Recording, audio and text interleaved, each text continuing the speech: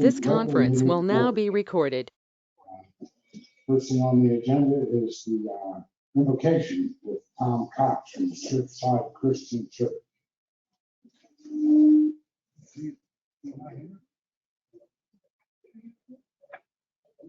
Okay. He's not here.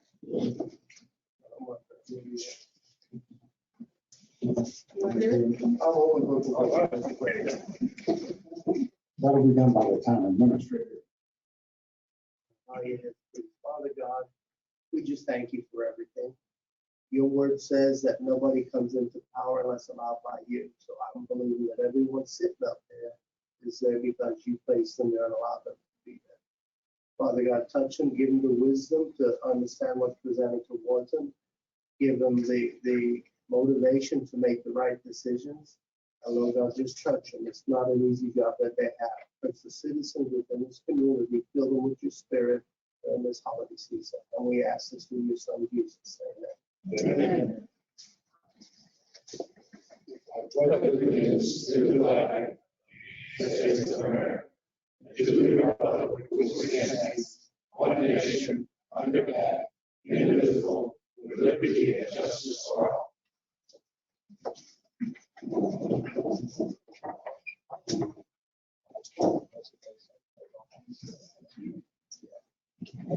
Before we get started tonight, I'd like to introduce you to Katrina Woodruff. And Katrina is our new assistant town administrator that I don't think everybody met. If you'll stand up, let everybody see.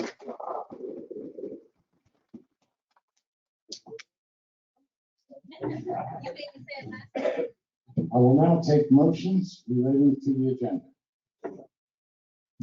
Mr. Mayor, I'd like to make a motion to approve the meeting minutes from November 23rd, 2021 as presented.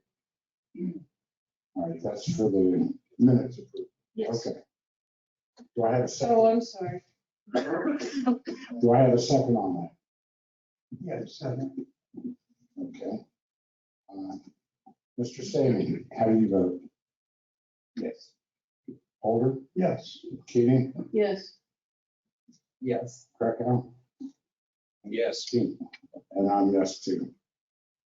So that's affirmative. The next thing is public comments, and these are public comments relating to the agenda. And each speaker has a maximum of 5 minutes to speak. So do we have any public comments? Yes, sir. Step forward. You state your name and address, please. Yep, very white, 215 B Lakeside Drive. I'm just curious, and maybe because I'm native and I don't know, but an item, the resolution, which is D, under business D, the 21-143, if somebody can explain before they approve that, why we need a retail recruitment training program to talk about. I'm just wondering why. Okay. Thank you. Are there any other public comments? Okay, moving right along, we're going to communications. The first thing on that is the Public Works Monthly Report by John Adair. Good evening, Mayor and Council and citizens. The monthly report for Public Works in November is as follows, and on our sanitation division, on the residential service, 25 cars were delivered due to overflow. Rental property replacement or new ownership. In November, we collected 396 tons of solid waste, 56 tons of mixed debris, 89 tons of yard debris, and 36.89 tons of recyclable. And that's pretty flat from last November, actually. In our street drainage division, we are mowing ditch lines, rights of way, Highway 17, and we are focused on drainage maintenance activities in the off season, which this time of year, November, December, we switch from grass cutting and beach activities mostly to maintenance of our drainage system, which is we're required to do under federal and state programs that we're involved with. In November, our public works assistant answered 254 incoming calls with various entities. Our grounds division has spent most of November installing Christmas lights throughout town, and they've also participated in the turkey trot and the Christmas parade and the Christmas tree lighting. Made that a nice event for everybody along with Rob. Our Fleet Maintenance Division, our mechanics completed 66 repairs on town vehicles and equipment in the month of November. Also, 7 vehicles received preventive and scheduled maintenance. Also, the Dogwood Swash Culvert Bridge project reached substantial completion on November 24th, which we're all happy to hear, and we'll be closing that out shortly. If anybody has any questions, I'd be happy to answer them. Thank you. Does anybody have any questions? Yeah, Mr. Mayor. John, did you ever schedule or are you planning to schedule a lessons learned on the Dogwood Swash with the engineer and the contractor as to how we may be able to foresee some of the issues the next time? Well, Maybe do a better job the next time? I have not scheduled one. I don't know how long we're going to be using this engineering firm, number one. And I do recognize there's a couple of things that if they had they been in their bid package, it might have made the process a little bit easier.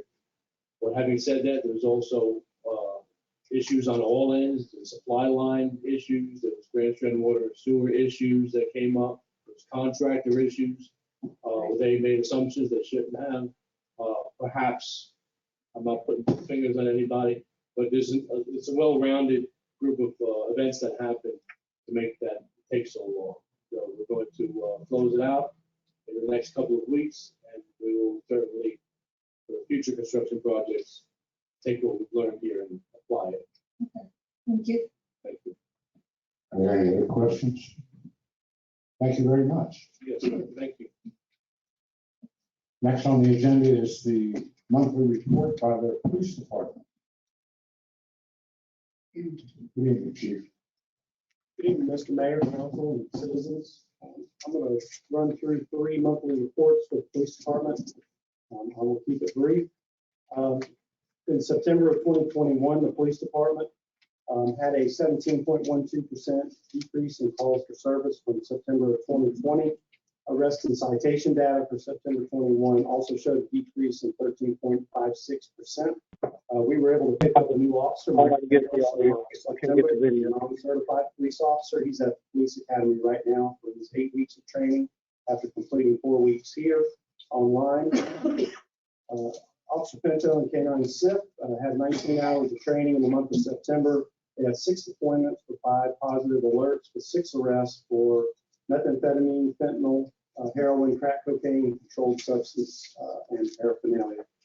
So in summary, in the month of September of this year, we had 1,394 calls for service that resulted in 39 custodial arrests, 121 citations, 44 criminal arrest warrants. 5 of those were related to drug possession or distribution. We transported 22 prisoners for J. Reuben Long and 11 prisoners to the Myrtle Beach Police Department. 87 written warnings were issued in the month of September in lieu of uniform traffic citations. And in this month, we participated in the Celebrate Surfside event over on 3rd Avenue South. We provided a booth there and also officers for foot patrol for community policing. In the month of October, we had a 9.79% decrease in calls for service from October of 20. Arrest and citation data between October 21 and 2020 showed an 18.38% decrease. We hired Thomas Carlia as a lateral certified officer from the state of New York. He is going through the certification process right now as well. K9 SIP and Officer Pinto had 20 hours of training. They had 5 deployments with 5 positive alerts that resulted in 1 arrest and 4 citations. They seized marijuana and paraphernalia in the month of October. In October of 21, we had 1,263 calls for service with 35 custodial arrests, 171 citations, 16 criminal arrest warrants, and 6 of those for drug possession and distribution. We took 19 prisoners to J. Reuben Long and 16 prisoners to the Myrtle Beach Police Department. And officers issued 108 written warnings and uniform traffic citations. In the month of October, then, we also had the participation in the Halloween car show, Champion Autism Network's Beach Ball Classic Meatball event, and the Halloween golf cart parade, and provided foot patrol and traffic control during each of those events. In the month of November, we had a 16.12% increase in calls for service from last year. And arrest citation data had a 24.54% increase from November of last year. Our final hire was Officer Paul Regan, who was hired as a lateral transferred officer from DC Metro Police Department. He retired there and is living here now, so he's going to be working for us as a police officer here. And he is also going through the training process right now. Should have him certified in about 2 weeks. No information from K9 SIP and Officer Pinto for the month of November. As you know, the K9 vehicle is down, so they have been keeping the training up, but do not have any deployments in the month of November. So no data to share with you there. November was busy. We had 1,513 calls for service in November that resulted in 46 custodial arrests, 270 citations, 24 criminal arrest warrants, 10 of those were for drugs. And we took 15 prisoners to J. Rubin and 26 prisoners to the Myrtle Beach Police Department Detention Center. Officers issued 140 written warnings in lieu of traffic citations. And we assisted with the traffic control for the Turkey Trot event on Thanksgiving Day. That event was well attended, almost 1,000 runners showed up for that. But everything went very smoothly. Very fast, just trying to save time. If I can answer any questions on those 3 months of reports, I'd be happy to answer any questions you have. Mr. Mayor? Yes. Chief, just a point of reference for the residents in my office. How do you determine whether you transport directly out to J. Rubin or you funnel through Myrtle Beach? Great question. Anytime we can go to Myrtle Beach, we always try to go to Myrtle Beach. It gets our officers there and back in about 25 to 30 minutes, so that's much more efficient. There are times, however, when, say, someone is a little too rowdy, then we'll take it straight to J. Rubin, and because we don't want to make ourselves unwelcome up in Myrtle Beach. Also, sometimes people need to go to the hospital before they are cleared to go to the jail, so we'll take them to one of the medical facilities in the area, get clearance, and then take them straight to J. Rubin Long Detention Center. That's usually the standard. Sometimes, if they have a lot going on up there, they just aren't accepting prisoners. If they have any critical events or anything going on up there, and then we'll head straight to J. Rubin. Okay, thank you. You're welcome. Any other questions? Yes. When will the K9 car be, I know you got the car, when is it going to be back in June? Well, I've been calling about once a week and nagging on them. It doesn't seem to be helping. There is, like everything else, there's a supply chain issue on certain items related to the K9 outfit piece of it that is held up in the K9 insert for the car. So what we're hoping is we'll have it back in about 2 weeks, is our hope. It's second, we're seeing, and even seeing this some from Myrtle Beach, the increase in different type action that people are taking, and are we seeing that here? Crime is up across the United States. Well, if you see the monthly report and types of activities, we are very fortunate. Our violent crime remains almost non-existent. But we have seen a rise in some types of burglaries. We've seen some increase in a couple of some commercial burglaries as well. But nothing major that is causing any major changes, but we have seen an increase in some property crime. That's right. Do we pay Myrtle Beach when we take somebody and drop them off at Myrtle Beach? Is there a cost to the town? $25 per person. Okay, and there isn't the cost if we went to J. Rubin, but of course it's going to take another hour on the road to get to J. Rubin and back. Yeah, it's to transport a prisoner to J. Rubin and back, if you're lucky, on traffic, you're looking at maybe an hour and a half to 2 hours on that turnaround. But your officer, that plus the wear and tear and fuel. So I think it's still a great bargain to keep our officers there. Okay. Thank you very much. Thank you, appreciate it. The next thing on the agenda is a discussion, motions pertaining to the discussion are permitted, and it's in reference to Harbor Lights. Yes, sir. It was brought to my attention that the Harbor Lights subdivision have been paying for the lights and poles since 2013. And it's not a private development, so the HOA was asking the town to stop charging for that cost. So I did a little research and found that in November 12th, 2013, We had a second reading and approval of ordinance number 130765, and it stated, an ordinance of the town of Surfside Beach providing the streets, drainage, and right-of-way in Harbor Light subdivision be dedicated to and accepted by the town of Surfside Beach. Whereas when replacement of lighting or lighting fixtures is required, standard lighting fixtures, poles and electric will be provided by the town. The town assumes responsibility for only standard fees for lighting fixtures, poles and electric, as well as other dedicated street within the town limits. So based on this, Harbor Lights is being paid approximately $3,400 per year for the decorative lights and poles. The issue that we have is this is not private property.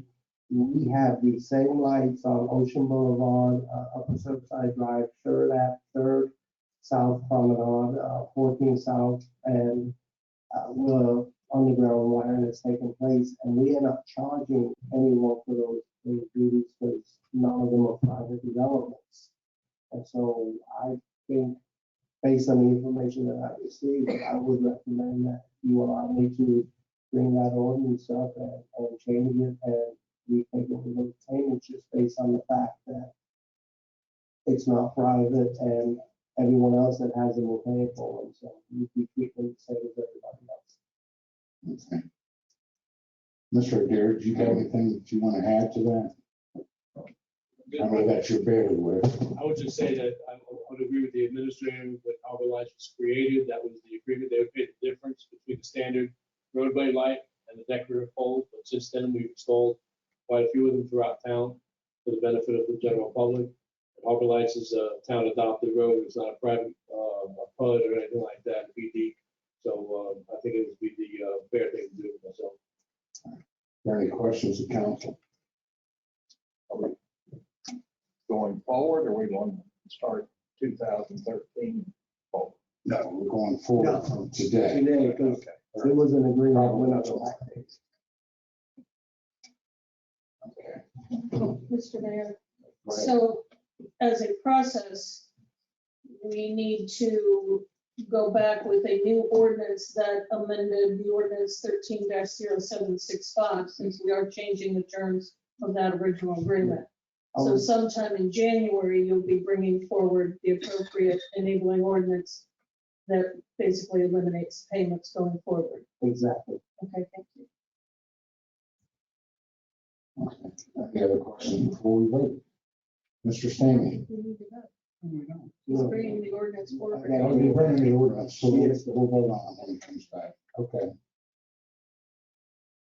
So in the January meeting, you'll have an ordinance, and the ordinance is to remove the bill that we pay from here forward. Yes, sir. Okay. Next thing is under business, it's the Department of Defense Surplus Property Program. Chief Holland.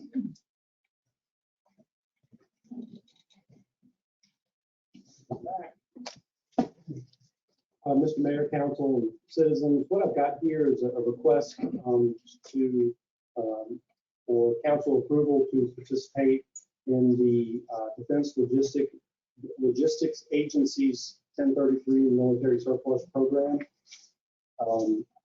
The program requires that the governing body authorize the police department to participate in this program.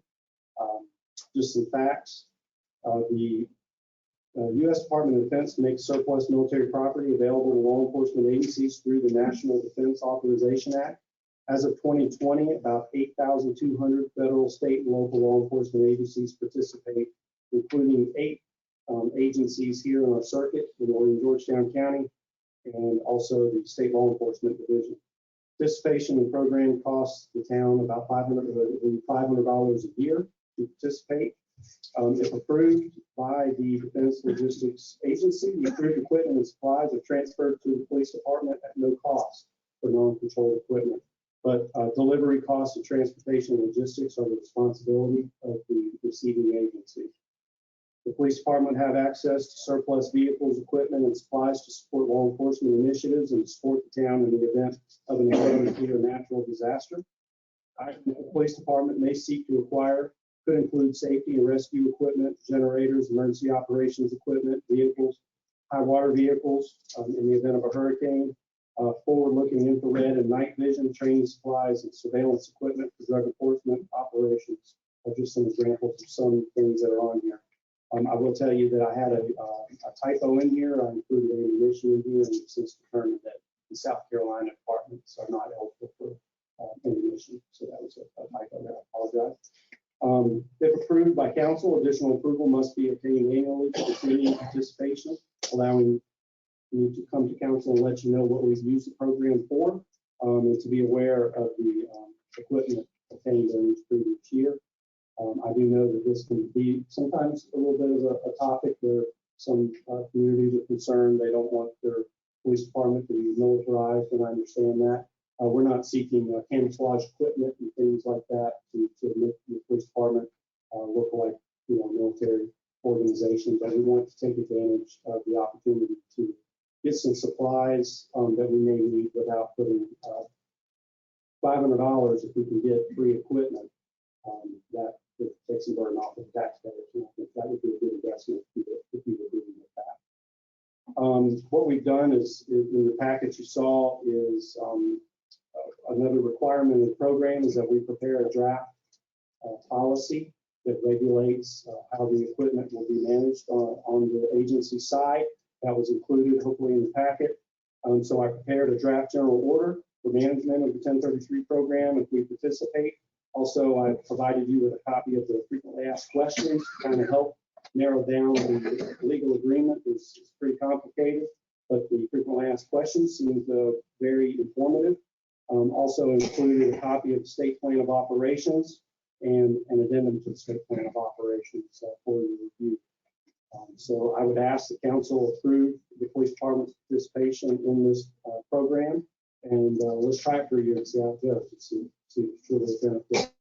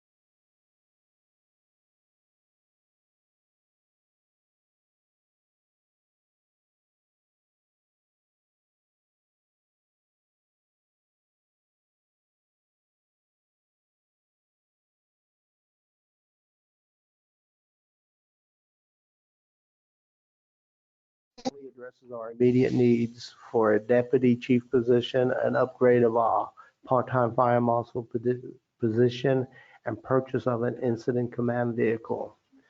We believe this will allow us to continue to improve the safety of both our citizens and our visitors. Staff has worked very hard putting this together in such a way that there are no increased costs to our citizens. This exercise has shown us that we were spending other money in reference to capital improvements that we didn't have to spend because based on ISO, we were already exceeding the requirements. I support this request by the chief, and he's about ready to make the presentation. Yes, sir. Thank you. We've got to hold off here just for a second while we get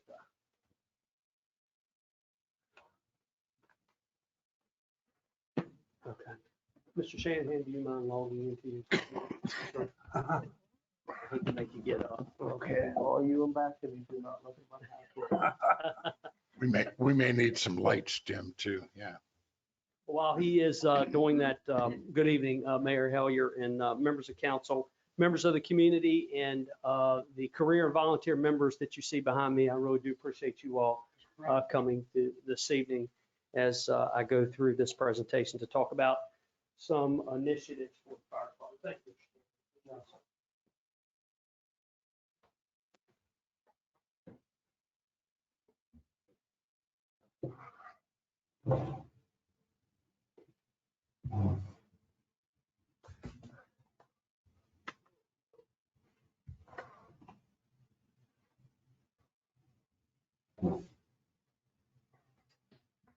I think we're up and running.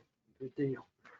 So again, thank you all very much. I appreciate the opportunity to stand before you and talk about some of the initiatives for the fire department and some of the things that we would like to accomplish. Sorry if I step away from the mic here while the slide here, but thank you again. I appreciate it. We are in the process of redefining the Surfside Beach Fire Department, and we're doing that through an audit process that I have shared with council on a couple occasions and what that process looks like. We are looking at the way we do things, and we are trying to create a new way and a new story for our department. We're doing that through the audit process, and we are learning from each other, improving the processes. We're engaging all of the members of the department, engaging council, and at some point we will be engaging the community also. We are empowering our members. We're taking some calculated risk as we move forward. We're acknowledging our mistakes. We're making sure that we are committed to making them right. We're going to care about each other. We're going to coach and we're going to develop to make sure that we have the right people in the positions to do the right things for the community. The new organizational initiatives that I'm going to talk a little bit about tonight, I just did not throw this together. I looked at our mission statement and I also looked at the 2013-2022 comprehensive plan for the town. And when you look at the Surfside Beach Fire Department's mission statement, it is a long statement, but there's three key components which are in that statement. And it talks about a model combination system. We are made up of career and volunteer members to provide a cost efficient and effective service and enhance the safe environment for the public. That ties right into the comprehensive plan that the town has. And the town wants to provide exceptional level of safety, emphasizing on public safety, and manage the growth and development that is consistent with the long-range vision for the town. And that's what I'm expected to do as the fire chief. When you look at the community facilities goal number 1, within the comprehensive plan, it talks about ensuring a high level of public safety for the residents and visitors alike. And there was three components in there that were talked about in that facilities goal, and that's an increase in staffing, continue equipment replacement. We have already done some of that with our self-contained breathing apparatus replacement in Rescue 56, and to expand technology and to keep up with mutual aid and other commitments from the information technology perspective. The purpose for this presentation is to approve 3 new organizational initiatives, and they are a deputy chief position, upgrade our part-time fire marshal position to a full-time position, and to purchase an incident command vehicle. To give you an idea of where we are right now with our current leadership organizational chart, you have me as the fire chief and you have 3 battalion captains. Of course, there's engineers that fall underneath that. Right now, Battalion Captain Larry Carter, who was the acting chief for a few months before I got here, has remained on day work. I have kept him on day work to help us run the organization. And we currently have 2 acting battalion chiefs on, battalion captains, excuse me, on A and C shifts. So that is the current makeup of our organization, not showing where the engineers are on that chart. Our proposed leadership organizational chart is the fire chief. The deputy chief would fall underneath the fire chief and will report right to the fire chief. And then we would still have our 3 battalion captains. Those 2 battalion captains that are acting battalion captains, if I am afforded the opportunity to have this new position, they would move in to a full-time position. The acting would go away. They would become the battalion captains for the organization. So to talk a little bit about the deputy chief and to give some justification and context why that is such an important position, this is a reorganizational initiative and will not require a new hire, and I will promote this position within. I will promote Battalion Captain Larry Carter. He meets and exceeds all of the job requirements for this position, and I think he is well deserving of the position and to have an opportunity to fulfill this. We did have an assistant chief back in 2002 at the Surfside Beach Fire Department. Unfortunately, Mr. Tom Anderson passed away in 2002, and that position was never truly refilled at that particular time. I am just changing the name from assistant chief to deputy chief, but the roles and responsibilities will be very similar to what Mr. Anderson did back in 2002. Currently, there's no administrative span of control between the fire chief and the battalion captain. So when you looked at that organizational chart, it was the fire chief and then the shift work battalion captains. To effectively run the organization, I believe this is a needed position. When you look at the essential job functions for what the deputy chief will do, that is to serve as the operations chief, emergency response, and the staff rescue engine 56 when needed. That will also help us with our overtime budget. Supervision, guidance, and evaluation of the battalion captains. This deputy chief will collaborate with me on fiscal management and budget preparation and forecasting for the organization. We will ensure the daily staffing is met, and we will do that with in coordination with volunteer leadership with the Surfside Beach volunteer that are in the organization. And we will represent the department. He will represent the department at local and regional meetings, which we attend quite a few of those. It's very important for us to be in attendance and to know what's going on within the region.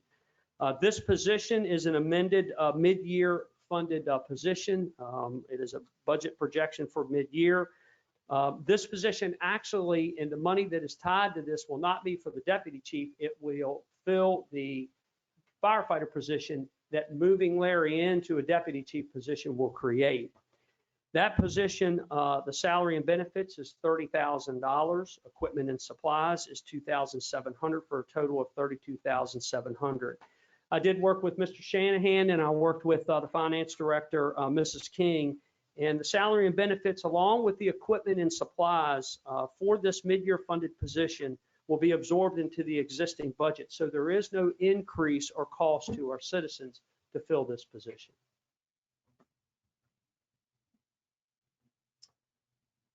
The fire marshal upgrade. Currently, we have a part-time fire marshal that works 20 plus hours a week. Our part-time fire marshal has not been available for about 5 months. And because of that, we have had Keith Williams with code enforcement. He has been filling in when available, and that filling in turns into about 30 to 35% of the time helping the fire department. I have relied on Keith a lot, and I appreciate his guidance and his help. We have needed him on many occasions. The essential job functions of this position will be to conduct investigations, inspection, program development and oversight, new business permitting, tactical surveys, which can also be termed life safety inspections, develop and review policies and procedures, and a liaison with PB&Z. some of the proactive responsibilities that I think are extremely important for a full-time fire marshal to complete is one of the primary reasons why we need to upgrade this position is for the proactive approach that we need to take in this town. And that is to serve as co-ISO manager, community risk reduction program, and to increase community involvement, prevention, and preparedness. We need to have a fire marshal in a program, a prevention and preparedness program that really educates, warns, and then cites. I think that is extremely important. We need to know the community. I will work closely with that fire marshal. So we are out in the community at different events that we can educate our folks that own restaurants, the condo owners. We can go to the homeowners associations and we can do those types of things. It's very difficult to do now. Again, this is an amended budget projection. The salary and benefits will be $15,000. The equipment and supplies are estimated at $6,000 for a total of $21,000. And just like the deputy chief position, this position, the salary benefits along with the equipment will be absorbed into the existing budget and will be no increased cost to our citizens.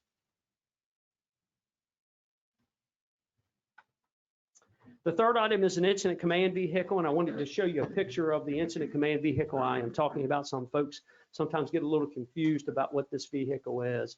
This particular vehicle is the fire chief's vehicle in Murrells Inlet. It is a Dodge Durango, and it is outfitted with a command box in the back that allows the incident commander to function at a high level in the back of the unit on different emergency incidents. This would be a new purchase for the fire department. The current vehicle that I have is not outfitted to provide incident command capabilities, and I use the word I, but this is really a we. This is a vehicle for the fire department, even though that I will be the primary person that will utilize this vehicle. It is still a fire department vehicle and will stay there when I am not at work, so it can be used. The current, the essential incident command vehicle functions. We would have multiple radios for communications with Horry County Dispatch, incident scene units, and partnering agencies. The command box will house command boards that will allow the incident commander to effectively manage the incident. They include span and control, incident action planning, strategy and tactics, accountability of the personnel that are on the scene, resource management, and effectively use of our passport accountability system for firefighters working in an IDLH atmosphere, immediately dangerous to life and health atmospheres. This is an example of the passport system. So currently, to put this in a little bit of context, if you look at the vehicle that I have now, it is a Ford Explorer that has none of these capabilities. So if I was to go out here and run an incident, let's say a structure fire, I would be managing that incident off of a sheet of paper. And we need to be able to effectively manage that incident using command boards, using the accountability system to be able to effectively track firefighters when they are coming up to scene through the passport system. So this will give that incident commander at Surfside Beach those capabilities to make sure that everyone is safe as we're managing that incident. And it's just not structure fires. We are an all hazards approach fire department, so it's auto accidents, it's gas leaks, it's what have you. We would be able to effectively do that. The budget projection for this initiative is $30,500 off the government contract. The command box and lighting package, the estimate is $9,500. We would need one radio. We actually have 2 radios that we would be able to use in the command box, so we would not have to purchase 3.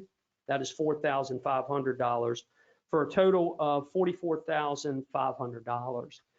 And as Mr. Shanahan has already mentioned, as we started to look at how we were going to fund this initiative to give you an idea of cost and some options, one of the things that I looked at is reallocating some funds that we were going to use to increase a water line and to put a hydrant at Poplar Drive South and Cypress Drive. After meeting with the Water Authority, we have determined that we do not need that hydrant. We have proper fire protection in that area. that is the standard that ISO has set, and even better in some of those residents than what ISO has set at 1,000 feet. When the town did their ISO review a few years ago, there was a huge initiative to increase hydrants, water supply lines, to make sure that we had the proper fire protection, and we have done that. So especially on the northern end of the town. So this money, $43,000, an option is to reallocate that money from capital improvement for this vehicle. I know that is a lot of information, and I'm staying ready to answer any questions about any part of those three initiatives. Thank you. Go Mr. ahead. Mayor, well, while we're on the command vehicle, I understand that it is also an instrumental piece of equipment when you are a respondent to an event. You're not necessarily the lead incident commander. You're also just a participant, a support That is true. company. The command vehicle is also instrumental in keeping you in contact with the actual incident commander. Yes, ma'am. Is it possible to just take the command box and the emergency lighting and put it in the vehicle that you currently have?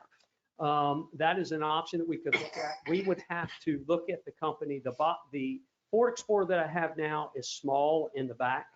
So it would take a very small command box to be able to do that. There's weight requirements and restrictions for that. That is something that we certainly could look at to see what those costs would be and associated with outfitting that vehicle. That is a fairly small vehicle. It's a little bit difficult to operate out of that vehicle without the command box, to be quite honest with you. But Ms. Keating, it could be an option. Yes, But it's not ideal. it is not ideal, no, ma'am. Okay, my second question is, we've got about $50,000 that I assume is a cost associated with the last 6 months of the fiscal year that you'll absorb into your budget by creating the deputy chief and then backfilling the positions vacated by the acting battalion captains. Yes, ma'am. And there's no budget increase to finance that as well. You know, I understand where the 43 is coming from, the hydrant. Where is this 50 coming from to support the new staffing? So that is, and Mr. Shanahan may speak to that too, but talking with Diana, that money there is money within salaries and benefits currently now to be able to absorb the cost for these two positions. Is that because they haven't backfilled and it's the money that they, Exactly. Exactly. Vacant it's the position. money that's Yes. still there It for is the still there. Yeah. positions that aren't filled? Yeah, Yes. vacant funded positions. Yes, sir. Okay, thank you, Chief. Yes, ma'am. Thank you. Go ahead. Yeah, I'd like to say that I agree with all three of these things. And it's great to see the fire department really get back to the training oriented department we were back at the turn of the century. And it's taken us quite a while to get back to that place. And we used to, I know that you'll be training people from all of Horry County and beyond here. And that's great.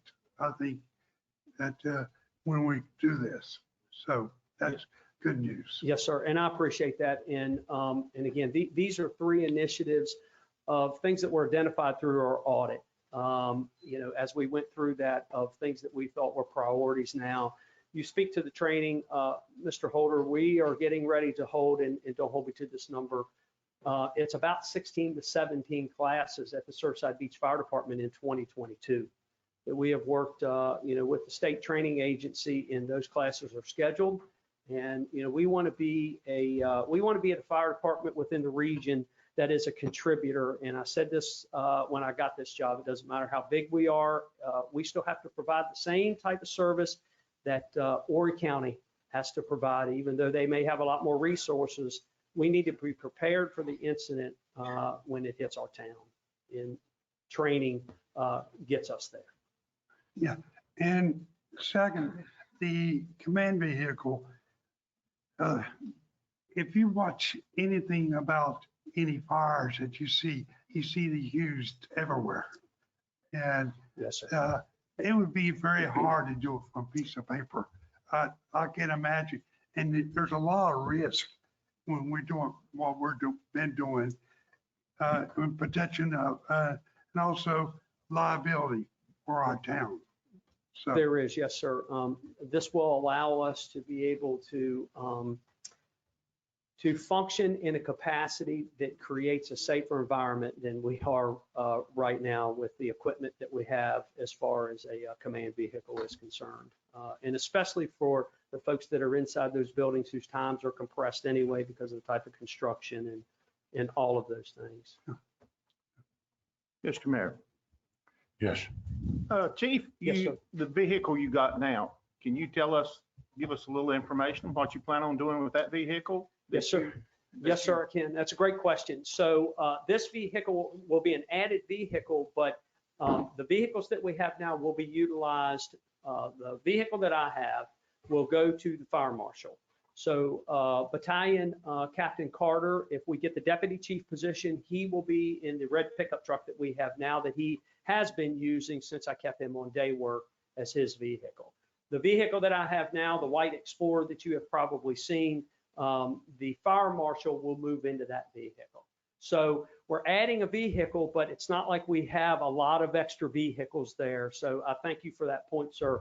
We're not adding a vehicle just for it to sit around. It is a needed vehicle that will provide a function, and the other two will be utilized right from day one. Thank you, sir. Thank you. Any other questions? Somebody have a motion? Yeah, Mr. Mayor, I'd like to make a motion to approve Chief Clemens' request for the staffing modifications and also procurement of the incident command vehicle, understating all three scenarios are an offset to the existing budget, and we're adding all of about $1,500 by my calculations to the fire department budget. I second. Okay. Any other discussion before we vote? Mr. Stamey, Yes. Holder, yes, Keating, Yes. Crecklaw, Yes. Yes. and I'm yes. That's skinking. I do know your name. You can call me Bill. All right, so that passed unanimously. Thank you very much. congratulations. Thank you so much for Congratulations, that. Larry. By the way, I'd like to say that I like your putting this up for everybody to see. We have it here in front of us. I like for all the people to see this. Thank you. Give that credit to Mr. Shannon. Well, Well, you did a good job presenting it. All right, next thing on the agenda is the Keep Surfside Beautiful food drive. Yes, sir. She is not, Tabitha is not here. But right before this meeting started, I was briefed that based on the way they're doing this, they really do not need council approval to do this. This is something that can be approved and worked on at staff level. So I just want you to know that there is a winter food drive coming up, and we hope all our citizens participate in it. And thank you. Okay. Next thing on the agenda is the resolution 21-143 MASC Recruitment Training Program. Yes, sir.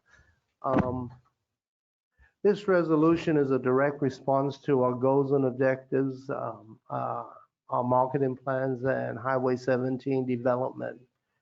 This is an application to the Municipal Association Retail Recruitment Program, and it consists of working with a retail coach and visiting a retail event at the end of that where they actually have retail businesses that are looking for places to come, and hopefully you can bring them. The request would basically be, the first person will be $5,000 and anybody after that would be $1,000. And I realize it's expensive. My request would have been 3 folks, the administrator, which if you didn't want to do it, that would be okay. The planning director and whoever the council business liaison was, because I think those people definitely need to be there. I understand this is a lot of money and it's a hard decision. I definitely understand that, but I also understand that it's my job when things like this are available in the state through the municipal association, that at the very least I bring it to your attention, because what I don't want to happen is in 4 months while we're working on this project, you find out this was out there and I never brought it to you. So I think it's valuable. I think it's something that could definitely help us reach our goals. And that would be my recommendation. Okay. Anybody have any questions on it?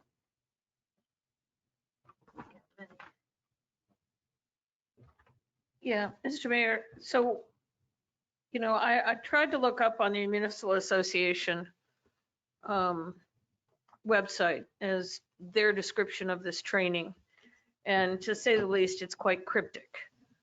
It does talk about doing market evaluations, looking at your demographics, what types of businesses are best suited and so forth. I'm just not convinced this is significantly different than what we've had multiple universities do for our town over the past decade or so. We've got a Clemson study, we've got a Coastal Carolina study. I'm sure if we think situation has changed, we've got any number of marketing college students that need senior projects that would also be willing to do the same thing and refresh what we've done before. Maybe it's just based on my experience of many years in, corporate commercial process and corporate marketing and legal and so forth. But I think we've got a better way to spend $7,000 to develop not only our business corridor on 17, but on Surfside and also on Ocean Boulevard and the pier as well. So I guess I'm saying I'm not prepared to vote on this tonight, just because I'd like more information about exactly what is the expectation and results of this training versus what we've seen. We've got town demographics, we've got town commercial viability studies. We've done all those things before, and from what I'm seeing on the municipal site, that's kind of the results of these training classes. Now I understand there's also 6 or 7 of them. I'm assuming all 6 or 7 are included in the what would be $7,000. Yes, ma'am. And I think, I'm sorry, go ahead. No, I'm not convinced that we will get the appropriate benefit for the cost of this particular program. I'm okay. Because I think we've got some of the answers already in our back pockets. We just have to find them again. I know I've got at least 2 of them on my computer at home. So they may not all be 100% applicable to where we are today, but the principles are there, and I just don't think we need to reinvent that wheel. And if we do, I'm sure there's a ton of college students that need a project. I'd be more than willing to do it for free. Are you wanting to table this? Yeah, I would recommend that we just table this for now, maybe bring it back up after we establish a peer committee, because that's one of the other key factors in businesses for the town. What are we going to do with the peer? We've been waiting for a few months to actually start establishing a peer committee, and maybe we can get that done before going into committee appointments in January, late January. Plus, we haven't figured out who the representative for the business committee is on council yet, so. And so I just think it's a little premature to address it at this time. So yeah, I would recommend we defer it for at least until the end of January. I would second the table. Okay. Any further discussion before we do that? Well, I'd like to add one thing. Go ahead. For 2022, the application deadline is December 22nd. So if we table it, it's basically dead. But I don't have a problem with that either. I believe that we could get in on it next year or even do something like Ms. Keating says, is have a college student that wants a thesis or a project. The biggest thing to be gained probably is the contacts that you would make at trade shows. Yes, sir. And I do think it's a little early for that even. So that's just my 2 cents worth. And honestly, I understood this was a long shot, but in saying that, I'm not saying that I don't think this is worthwhile, because I do, because if I didn't, I would have never brought it up. But again, it's one of your goals, and if we don't do it, it was brought before you, and y'all made an objective decision, and that's how government's supposed to work. Mr. Mayor, we haven't tried this. We tried the other stuff and it hadn't worked. We got a lot of empty buildings out on 17. We need to fill those. Okay. Microphone. Hello. I just feel like that we tried the universities. We've tried other things that haven't worked. I'm not opposed to trying something new. Yes, it's $7,000, but that's an easy payback. And if it works, but if we don't try it, we'll never know whether it works. I mean, I'm willing to wait, but I don't want to just forget about it altogether. I mean, maybe we can't get into it until next year, but that's fine. Okay, we have a motion on the table. No, we Did- don't. No one didn't- made a motion. I thought you did. No, we just I talked thought you about did too. just deferring it.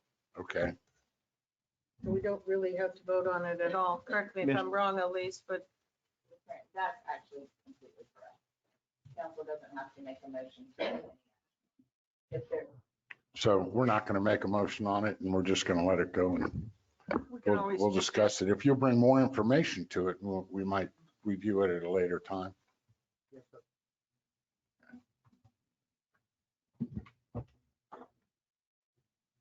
And the next thing is public comments. And the reason we're having the public comments now and the others, because we could go into executive session later on. Yes, sir. Mr. Mayor, my name is Anusha Shifte. I live at 813 North Ocean Boulevard. When I saw this item MASC on the agenda, myself also got online and researched what this is all about. I also contacted the organizers and I talked to a few people that they did go through this and they are working on this. In my opinion, this is not for a small coastal community of Surfside Beach. If you're a town that we are looking for trade shows, convention events, we want to bring people, attract them by the shopping things, that's a different story. But people don't travel to Surfside Beach for shopping. They come here for safe beaches, clean beaches, safe environment. And we can achieve that by, the providing as we currently providing. Also, this is not the only time they offer it in 2022. The first one is as the gentleman said, 22nd of January, 22nd of this month is the application for the January session. There are 3-day session. Each session they offer two classes. So there are 3 trips to Colombia for the 6 sessions that you have to take. They will offer this class again later on in the year, probably around August. I talked to them. They are organizing these. But what I gathered from conversation with those that organize it, this is mostly for larger communities that they want to bring other businesses to town, not for a small community like ours. It's just my opinion. Right. Thank you, sir.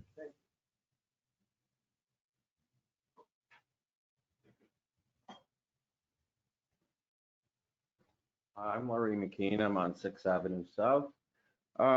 Was interesting to hear about Harbor Lights and their lighting issue. I would suggest that you look at some of the other HOAs or planned communities in town, because I know South Beach has the exact same problem with their decorative lighting. In my opinion, you can't treat one group better than the other, so maybe you ought to take a look at what else is in town and come up with something that applies equally to everybody. Thank you.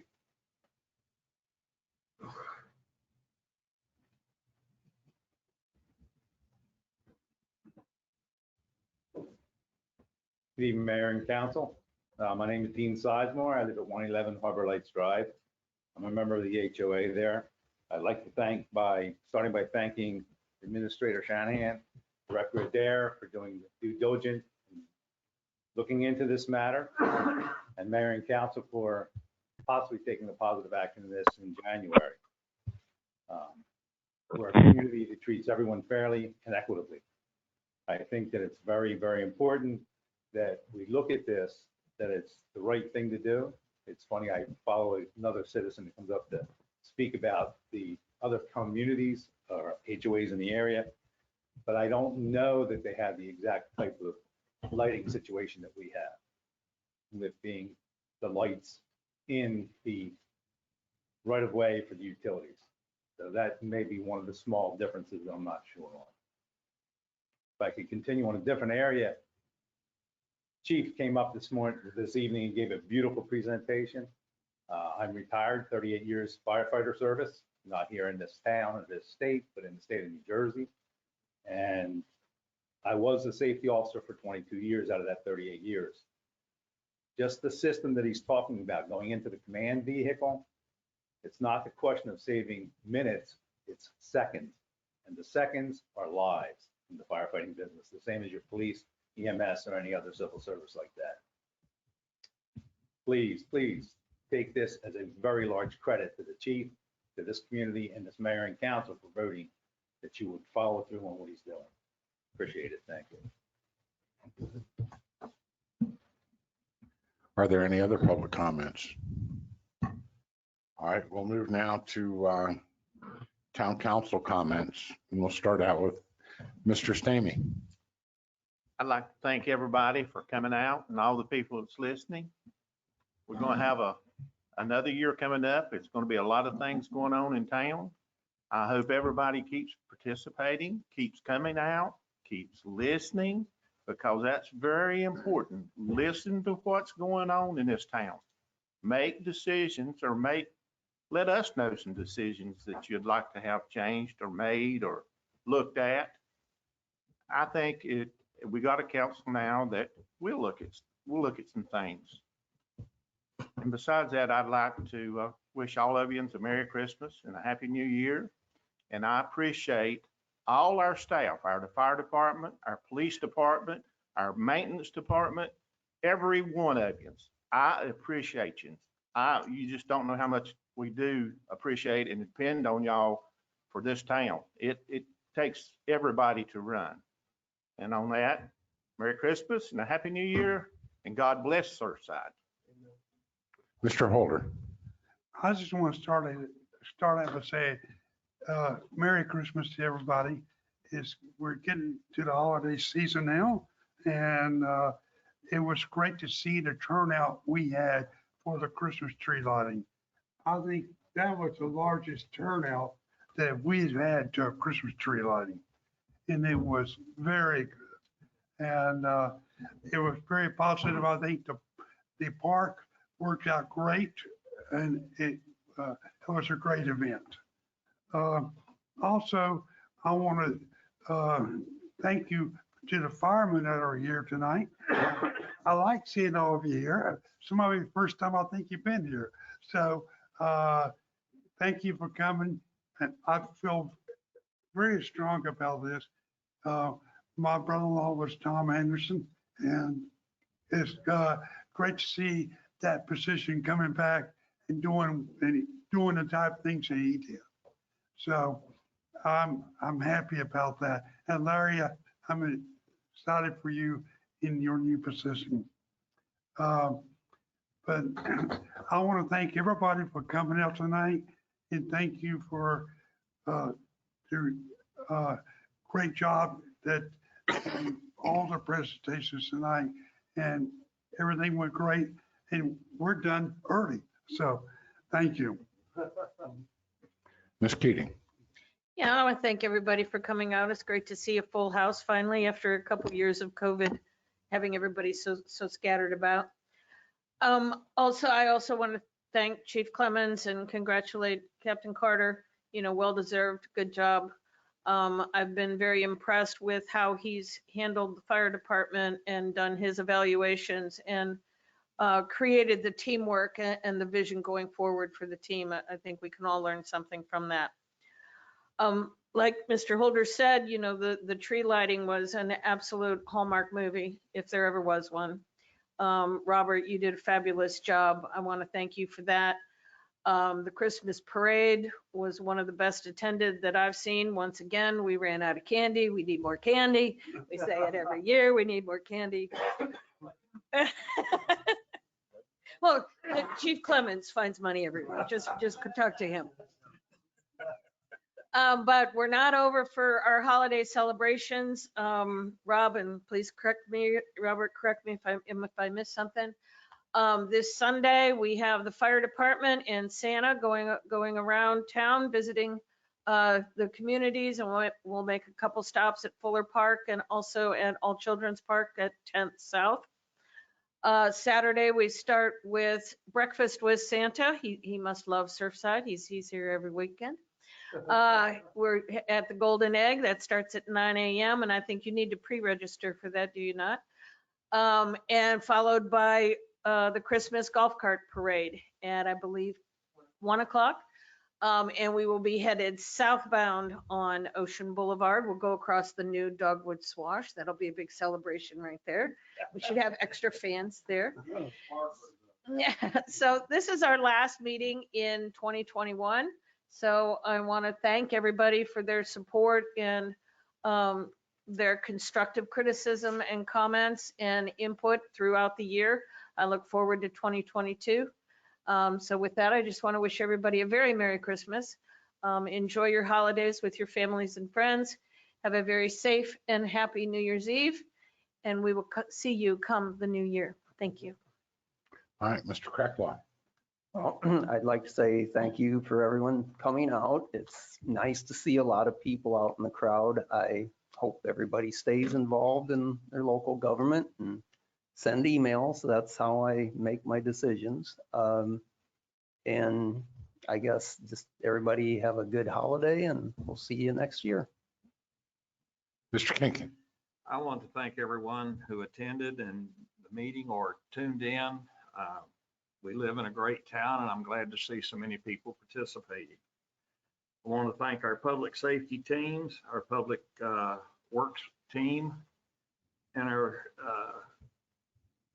that they keep us clean, the town clean and safe, but I also want to thank our staff for all the hard work they do behind the scenes to keep this town running smoothly. We never thank them enough. So when you see them, tell them how much you appreciate them. I mean, we have some great people working for our town and really do a great job. Chief Clemens, I didn't realize you were going to strong arm us. You brought all these wonderful people in here, and, but I'm happy to see them. And I also want to ask, who is in charge for our weather? We have had every event that we've had perfect weather. September was cool instead of hot. November, December was warm instead of cold. I think we just had great weather. I don't know how that happens, but maybe it's just because we live here. A special thanks to KSBB and Mr. Bloomquist for all the tree lighting event. It was wonderful. I actually left, went to dinner and came back and participated again. I really enjoyed the music, the trolley rides, and the fact that there were so many people there. Same way with the parade. I was blown away. At 1:30, you couldn't find a place to park on the boulevard. It was already taken up. So, I just very pleased with all the turnout and how many activities, wonderful activities we've had. And finally, my wife and I want to wish everyone a Merry Christmas and a Happy New Year. Thank you. Well, this has been a great time of year. I think that the fire department, I'm just impressed that, you know, not only the chief who gave us a good presentation, but he has the support of his department. And we appreciate that. And we love you guys. And we look forward to working with you. And congratulations to those that are getting promoted. And, you know, hopefully we'll see good things come from you. This has been a season of all sorts of good stuff. And I can't give enough praise to Public Works.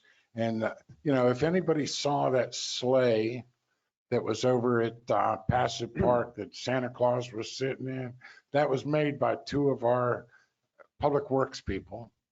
And then when they got it all done and got it painted red, they took it down to Passive Park. And then they had Tommy Simpson. I don't know if you all know who that is, but Tommy Simpson's the guy that did the mural over at the Borgata.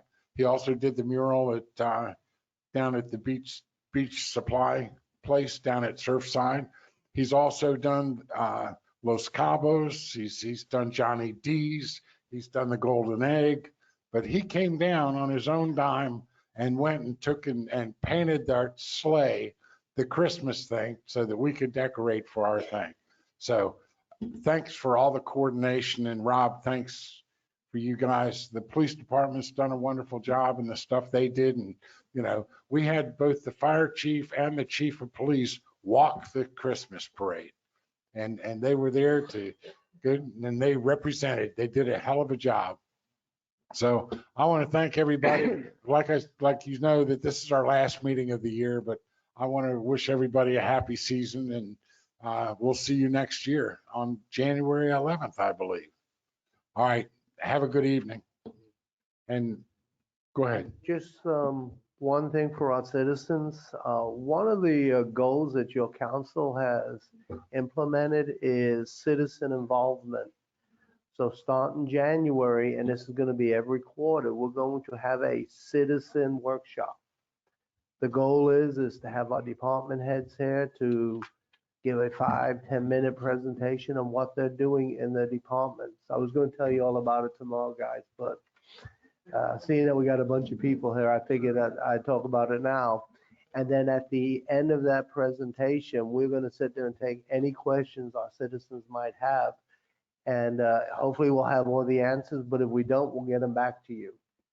We work for you, and we think by meeting with you at least once a quarter, you'll know exactly what's going on. You'll know what we're doing, why we're doing it, how we're doing it, you know, what it's costing. And we think that'll be better because we spend your money, so you have a right to know what we're doing with it. And like the mayor said, I wish everyone a Merry Christmas and a blessed New Year. Thank you. Thank you. Mr. Mayor, excuse me, I'd like to make a motion to convene an executive session in accordance with the Freedom of Information Act, Section 30-4-70-A2, to receive legal advice related to threatened claims against the town, municipal court, and/or the administration. Second. Okay. As far as the executive session, Mr. Kinkin? Yes. I'm sorry. I got you. I was going the wrong way. Mr. Peckwell? Yes. Keating? Yes. Holder? Yes. Stamey? Yes. And I'm yes also. So we'll now recess into executive session. This conference will now be recorded.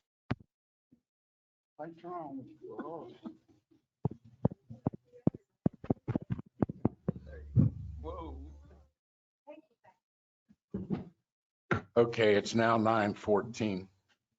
Mr. Mayor, I'd like to make a motion to reconvene the public session of the town council meeting of December 14th.